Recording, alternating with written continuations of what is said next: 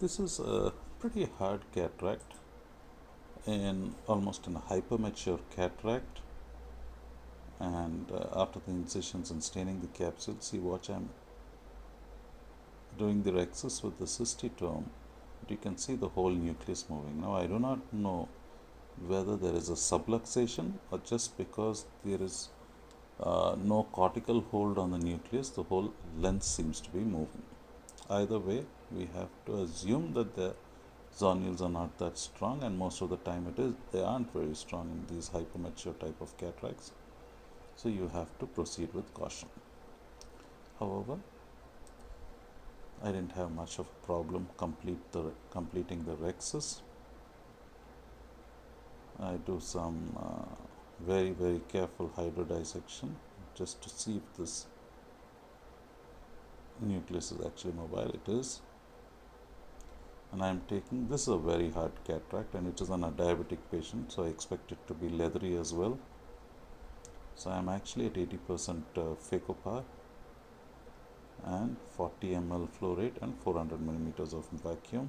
And I have taken my sharp chopper, a pretty long sharp chopper, and I am going not exactly vertically but sort of a vertical horizontal direction, and I am trying to chop. I have deliberately done this to see whether the backbone will break if I use this. However, although I am getting a good chop, I can still see that there are attachments in the center.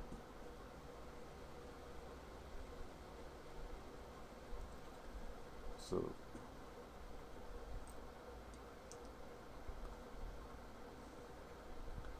and I truly believe in these mobile nuclei. This direct vertical chop by a sharp chopper really stabilizes the nucleus.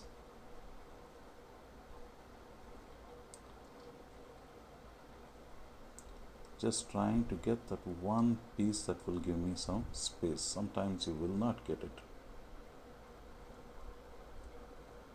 but if you have chopped deep enough, most of the time you can manage without any significant damage to the endothelium while phacoing. That is a concern.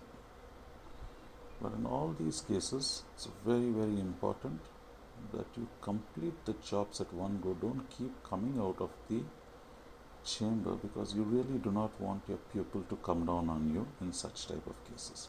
And also important to remember that you got to make as many pieces as possible. Don't try to emulsify very large pieces, and that looks like it has separated, but look what has happened. So I thought this is a free mobile piece, but actually there are a few strands which are still attached. So I don't bother to eat it up completely, leave the last bit, its distal end that is, and I keep trying to take out. So you can see the idea is to just debulk it and now try and target that central attachment so that it will just break into pieces. And there you can see how it is. This is the most important thing. You have to target that central area.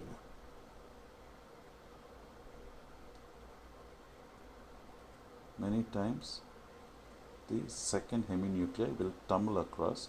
Doesn't matter, there is not much turbulence. You can hold on to the pieces and emulsify them, and that's done. Of course, the whole posterior capsule seems to be covered in a sheet of cells, and I have to polish that. So polishing in these sort of capsules is always dangerous, but looks like the capsule is pretty taut. It's not trampling towards me, so I think I can go ahead with this maneuver. It's pretty safe and looks like it's safe. Can you see that sheet? So just making sure I take out. the entire sheet.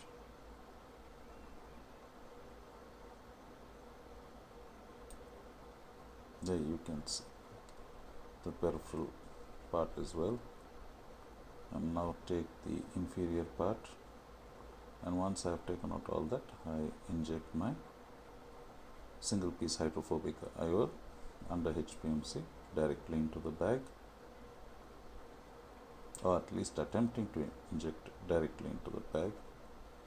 Sometimes doesn't happen.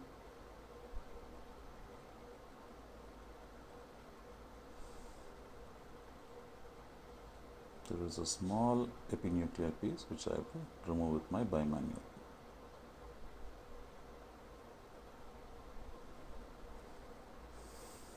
Also remove all the HPMC as well.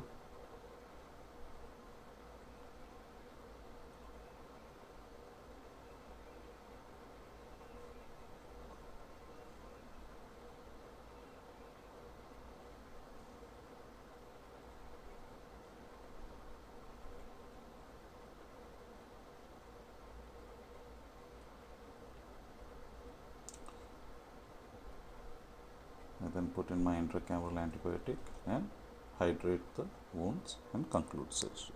Thank you for watching.